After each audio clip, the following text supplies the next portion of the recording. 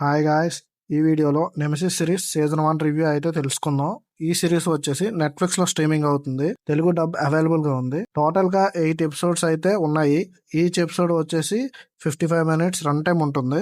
Story plot వచ్చేసి సిటీలో కొంతమంది క్రిమినల్స్ గ్రూప్ గా కొన్ని దొంగతనాలు, ఇన్నోసెంట్ పీపుల్ ని చంపడం చేస్తూ ఉంటారు. వాళ్ళని పట్టుకోవడానికి మన హీరో ఐజాయా డిటెక్టివ్ ఏం చేశాడు, ఆ గ్యాంగ్ కి ఐజాయాకి ఏం జరిగింది అనేది సీజన్ 1 స్టోరీ. నాకైతే ఈ సిరీస్ నచ్చింది, కానీ కొన్ని లూప్ హోల్స్ ఉంటాయి, వాటిని ఇగ్నోర్ చేస్తే సిరీస్ చూడగలరు. పాజిటివ్స్ విషయానికి వస్తే ఈ సిరీస్ వచ్చేసి క్రైమ్ డ్రామా ఇన్వెస్టిగేషన్ చుట్టూ తిరుగుతుంది. ఇన్వెస్టిగేషన్ పార్ట్ అనేది రియాలిటీకి దగ్గరగా ఉంటుంది starting to end. A series లో అయినా హీరో తన ఇంటెలిజెన్స్ తో క్రైమ్ ని స్పాట్ చేస్తాడు, మ్యాక్స్ ఇదే ఒక కాన్సెప్ట్ ఉంటుంది. బట్ ఈ సిరీస్ లో హీరోనే అంతా చేయాలని కాకుండా ప్రతి క్యారెక్టర్ ఇన్వాల్వ్మెంట్ చూపిస్తారు. హీరోని ప్రతి క్యారెక్టర్ ఆడుకుంటుంది, అంటే హీరోనే టాప్ చేయకుండా మిగతా డిపార్ట్మెంట్స్, ప్రొసీజర్స్, ఇన్వెస్టిగేషన్ పోర్షన్స్ ప్రతిదీ చాలా రియాలిటీకి దగ్గరగా చూపిస్తారు. అది చాలా బాగుంటుంది. కొన్ని ఇరిటేటింగ్ క్యారెక్టర్స్ ఉంటాయి, లైక్ హీరో పర్సనల్ లైఫ్ లో, విలన్ గ్యాంగ్ లో, ఆఫీస్ లో 5 to 6 క్యారెక్టర్స్ ఉంటాయి. ఇంత ఘోరంగా ఉన్నారేంట్రా బాబు అనే ఫీల్ వస్తుంది.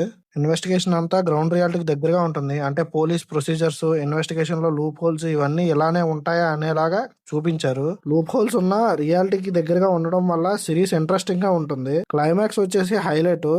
7 or 8 ఎపిసోడ్స్ లో అయితే మన హీరో ఏం చేయడు, కానీ స్క్రీన్ ప్లే, డ్రామా సూపర్ గా వెళ్తుంది. మెయిన్ క్యారెక్టర్ ఏం చేయకుండా స్టోరీ వెళ్తే చాలా సిరీస్ లో చిరాకు వస్తాయి, కానీ ఈ సిరీస్ అలా కాదు. నెగటివ్స్ అయితే ఫస్ట్ వచ్చేసి hero wife most irritating character series లో. And wife and husband relationships, drama చిరాకు వస్తుంది. అండ్ వాళ్ళ ఫ్యామిలీలో సన్, ఫాదర్ ఇలా ఏ క్యారెక్టర్ వర్క్ అవ్వలేదు. వాళ్ళ డ్రామాకి మనకి ట్రామా వస్తుంది.